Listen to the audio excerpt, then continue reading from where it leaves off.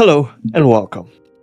Today, on An Unapologetic Perspective, we will be talking about a rather heavy and controversial topic: gender inequality. An issue that's both crucial and complex. While many recognize it as a significant problem, I think it is very important to explore why our understanding and approach might need to be, let's just say, a little bit more open. I feel on topics as such, we should challenge conventional narratives and redefine empowerment that resonates with everyone. Before we get into my opinion, I want to share opinions of others, some of my friends, to get their opinion without pushing a certain narrative. I didn't share my perspective with them and let them give their perspective on what comes to their mind when they're thinking of gender inequality. And if they have any experiences to share, they can share them as well. Also, I would like to highlight that the group of people were from all over the world. They have no connection to each other.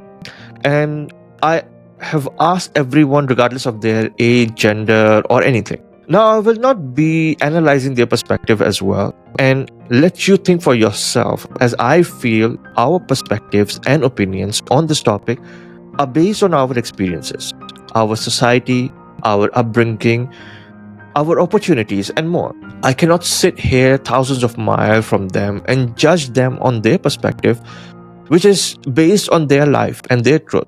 For me, they are 100% correct and right to hold their opinion, and I respect all of their opinions. Now, let's just read some of these opinions. So one of my friends, her reply was, living in a country that's just beginning to shed its machista culture, she has witnessed and heard about difficult situations for women. From household roles to salary disparities, it seems like a global issue. Women are expected to stay at home, and it's not that being a homemaker is bad, but it's demeaning. Women face limited job opportunities simply because of their gender, but the ugliest problem is harassment and violence against women, including feminicides, which are increasing daily. If I walk down the street wearing shorts and a man harasses me, it's always my fault for dressing provocatively. According to some, sadly, some women also think this way. Fortunately, the feminist movement has had a significant impact in Mexico in recent years, achieving benefits like better jobs, salaries, and workplace respect. Some men support these challenges. Some men support these changes, but others dismiss them, saying women are foolish and will eventually return to the kitchen. I experienced this firsthand in a university when a 35 to 40-year-old professor claimed women only attend school to look pretty and find a boyfriend, that they are not suited for engineering because they are only good for men. My female classmates, some male peers, and I reported him to the department's head, who reprimanded him, reminding him his role was to encourage and teach, not spread prejudice. He never made such comments again, likely due to his reprimand. This was just one academic incident, but there are countless stories of harassment. Now, for my second friend, she said, for me, gender equality means equal opportunities. Of course, physical strengths are not equal, but if we are looking for a job, we should have equal conditions. For example, in hospital, people think that every man they see is a doctor and every woman they see is a nurse.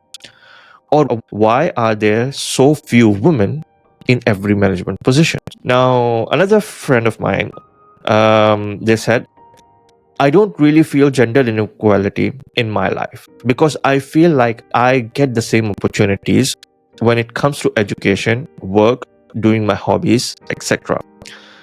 But I'm aware that there may be some things of women and men that cannot be made equal. And I do not ask that they be made equal because biologically, it is obvious the body difference between males and females. Next one. Well, I grew up in Caucasus, where gender inequality is well expressed. It has been like this for centuries. It's always been clearly expressed what a woman can do and what only a man can do. But at the same time, respect for women is above all. So I think everything is contradictory. But it seems to me that relative equality has been established nowadays. Of course, there are places where there is gender inequality, and it manifests itself in different ways for everyone. Even from one family to another, the manifestation of inequality can change. But I can say that I personally have never encountered gender inequality in my life. Well, probably everyone has different thoughts about it, but there will never be gender equality no matter how much feminists want it. So, next one, social, cultural, political, and economic disparities between individuals based on their gender. Some gender inequalities I've known is pay gap, workplace opportunities, lack of political roles for women, higher rate of sexual harassments, but also domestic violence where men are the victims, and societal pressure to conform to certain roles like women supposed to stay at home and men are supposed to be breadwinners. Workplace opportunities, not me, but other friends. This question was asked, are you planning to get pregnant in next year? I was asked if I have a boyfriend. I've heard men being abused, but never reported. So last one, I am for gender equality, but I believe both genders have important roles to play. I'll share from both professional and familial perspective. When it comes to professional settings, I feel both genders should be afforded equal opportunities, job roles, position, and pay scale. I'm comfortable with having a man or a woman as a superior and peer. In a family setting where there is a husband and wife, I believe that the husband is the head of the family and the wife is the pillar of support. Not that one is more important than another, because both husband and wife needs the equal importance. Now, these were some of the comments of some of my friends globally. In my opinion, now gender inequality has been discussed at length over decades. Movements advocating for gender rights have made significant strides as well, bringing attention to disparities in pay, representation in leadership, and cultural stereotypes. But here's where things get a little bit nuanced. We often approach gender inequality with a well-meaning goal of achieving equality, but sometimes this intention accidentally screws the reality of empowerment. People like Camille Paglia, an acclaimed author and social critic, argued that feminism, in its current state, risks infantilizing women rather than liberating them. Similarly, Christina Hoff Sommers, a philosopher and an author, pointed out that empowerment shouldn't mean directing women's choice, but equipping them with an autonomy to decide for themselves. Empowerment should not be synonym to coercion into specific roles or decisions. The core of true empowerment lies in giving people the power to think independently and make choices that align with their perspective goals and societal realities. This means creating an environment where people feel that their decisions are valid and respected, not predetermined or prescribed. Also, the important part here is not just to empower to think that they can make a decision for themselves, but also create an environment where it is possible. Currently, society finds itself at a psychological crossroads. On one side, there's a push to encourage women to fight for their rights and assert their equality. While these are positive moves, we must ensure that we are not subsequently guiding women into thinking that they must make certain choices just to conform to society's approval. One of the clinical psychologists, Dr. Peterson, has often noted that pushing individuals to act in a certain way under the guise of equality can backfire. Instead, the emphasis should be on fostering environments where people, regardless of gender, are given the tools and opportunity to make their own decisions. Empowerment should mean trust in women's capacity to shape their own paths and accept accountability for those decisions. A delicate aspect of this conversation is the debate around quotas and representation.